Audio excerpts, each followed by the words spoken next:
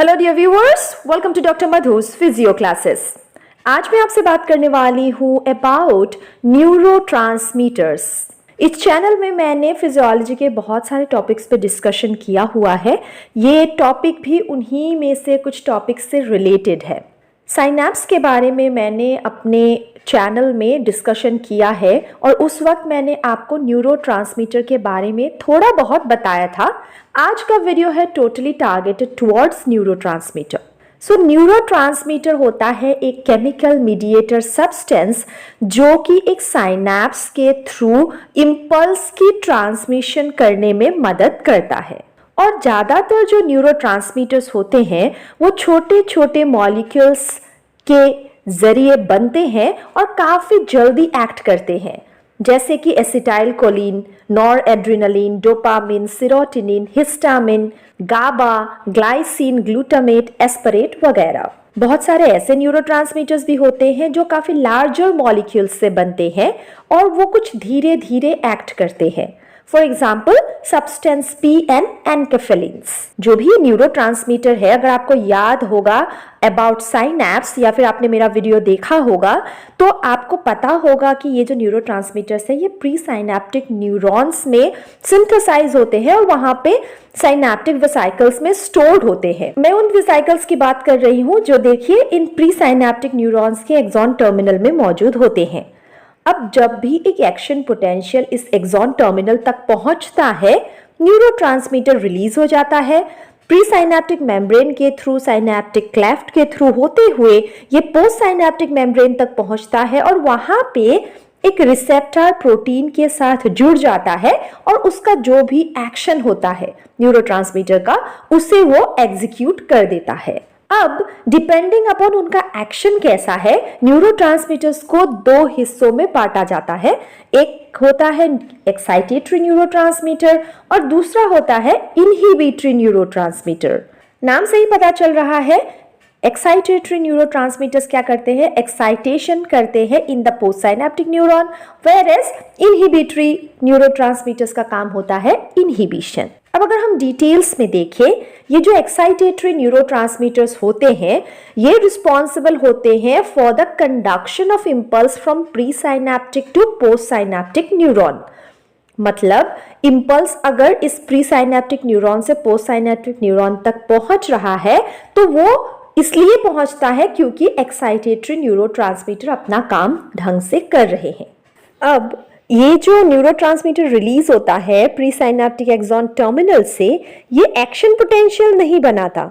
ये क्या करता है, वो रेस्टिंग मेम्ब्रेन पोटेंशियल को थोड़ा सा चेंज करता है, स्लाइट डीपोलराइजेशन करता है by opening of sodium channels.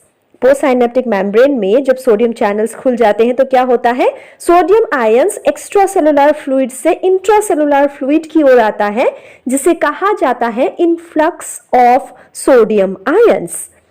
और ये जो थोड़ा सा डीपोलराइजेशन होता है इसको कहा जाता है एक्साइटेटरी पोस्ट साइनैप्टिक पोटेंशियल या EPSP।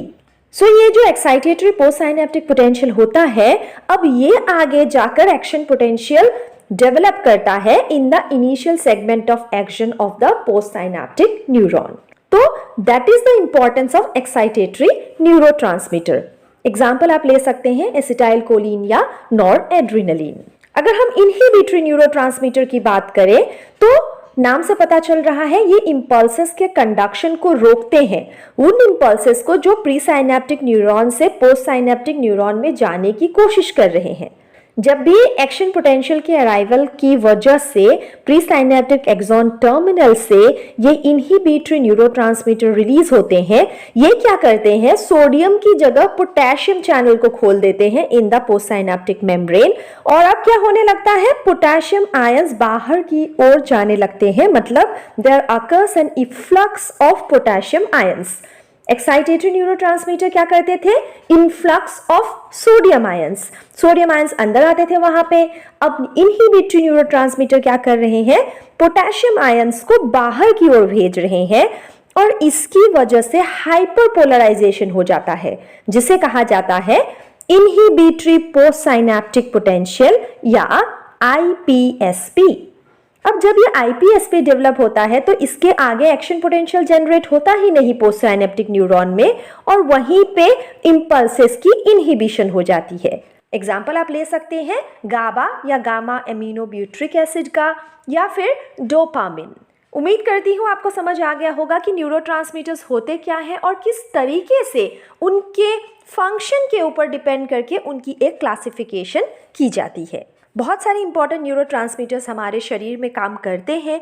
उनकी मौजूदगी हमारे शरीर की जो फिजियोलॉजी है, नॉर्मल फिजियोलॉजी, उसके फंक्शनिंग में काफ़ी मदद करती है। फॉर एग्जांपल एसिटाइल कोलिन, जो कि एक ऐसा न्यूरोट्रांसमीटर है, न्यूरोमस्कुलर जंक्शन में प्रेजेंट होता है। न्यूरोमस्कुलर जंक्शन के एक्सप्लेनेशन के वक्त भी मैंने इसके बारे में जिक्र किया था, आप उस वीडियो को भी एक बार देख सकते हैं। इसके अलावा noradrenaline, dopamine, serotonin, histamine, gamma aminobutyric acid, glycine, glutamate, aspartate, substance P का जिक्र हम फिजियोथेरेपिस्ट अक्सर करते हैं, जो कि एक ऐसा न्यूरोट्रांसमीटर है जो नर्व फाइबर्स के एंडिंग से सिक्रीट होता है पेन पाथवे में, जो फर्स्ट ऑर्डर न्यूरॉन्स होते हैं।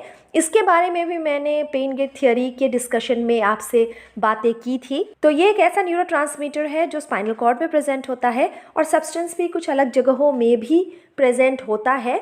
सो इस तरीके के बहुत सारे जो न्यूरोट्रांसमीटर्स हैं, इनके बारे में आपको फिजियोलॉजी के सब्जेक्ट में शायद डिटेल्स में पढ़ाया जाए। फिलहाल इतना एटलीस्ट आपको आइडिया होना चाहिए अबाउट न्यूरोट्रांसमीटर्स। इसी तरीके के फिजियोलॉजी ही नहीं, anatomy, biomechanics, electrotherapy, exercise therapy और अन्य फिजियोथेरेपी सब्जेक्ट्स के बेसिक टॉपिक्स के एक्सप्लेनेशन के लिए मेरे चैनल को देखते रहिए, और अगर चैनल अच्छा लगे तो अपने फ्रेंड्स, सीनियर्स और जूनियर्स में शेयर भी ज़रूर कीजिए। Thank you so much, see you again. Subscribe ज़रूर कर लीजिएगा और नोटिफिकेशन बेल को भी हिट करते हुए जाइए। Thank you.